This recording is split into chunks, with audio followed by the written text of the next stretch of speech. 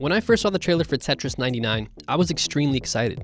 But after a handful of wins and tense matches, I found myself growing pretty bored with the Nintendo Switch's new puzzle battle royale. It explores some interesting strategies but ultimately doesn't quite stack up with my favorite Tetris games. On paper, Tetris 99 is intriguing. 99 players clear lines in the hopes of knocking out fellow opponents by sending lines their way. You're competing to be the last one standing. But 99 players is a bit excessive, even if it has a nice ring to it.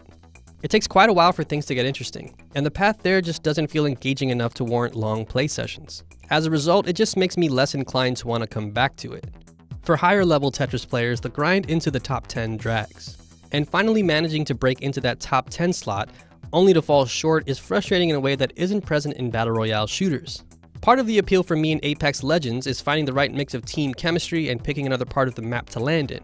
But with Tetris 99, each match is yet another Tetris grind from the bottom. The more I played, the more I just wanted to be matched up with the room's 20 best players, so I could just go toe-to-toe with them instead.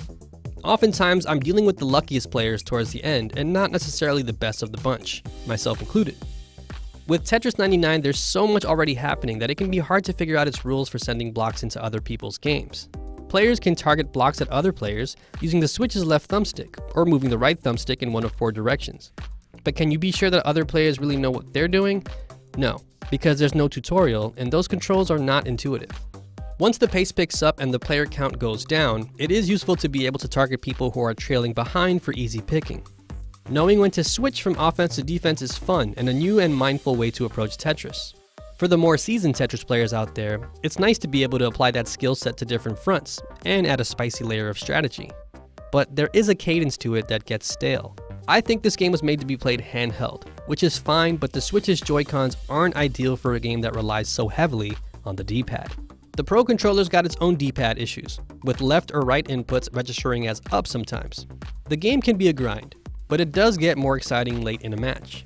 Maybe I could deal with that grind, if not for my biggest problem with the game, the presentation. The game looks and sounds like a game that I might have bought on my flip phone in the early 2000s. It's a deliberate choice that could have been cool in an ironic way, but just looks pretty corny. And after last year's gorgeous Tetris effect, it's hard to go back.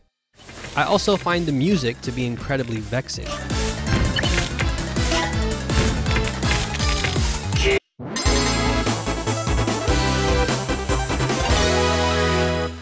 I'm not particularly fond of the songs that each game cycles through, and even muted the game to listen to music.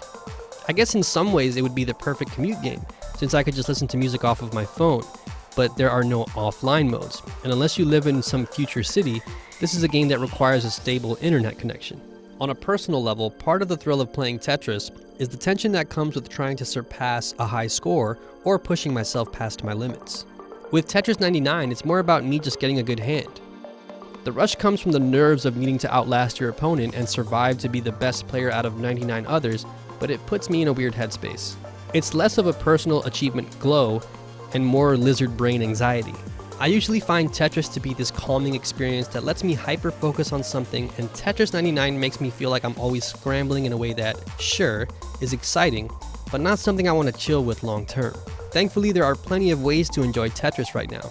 I dig what Tetris 99 is trying to do, but it's not my first choice. Maybe on the next drop.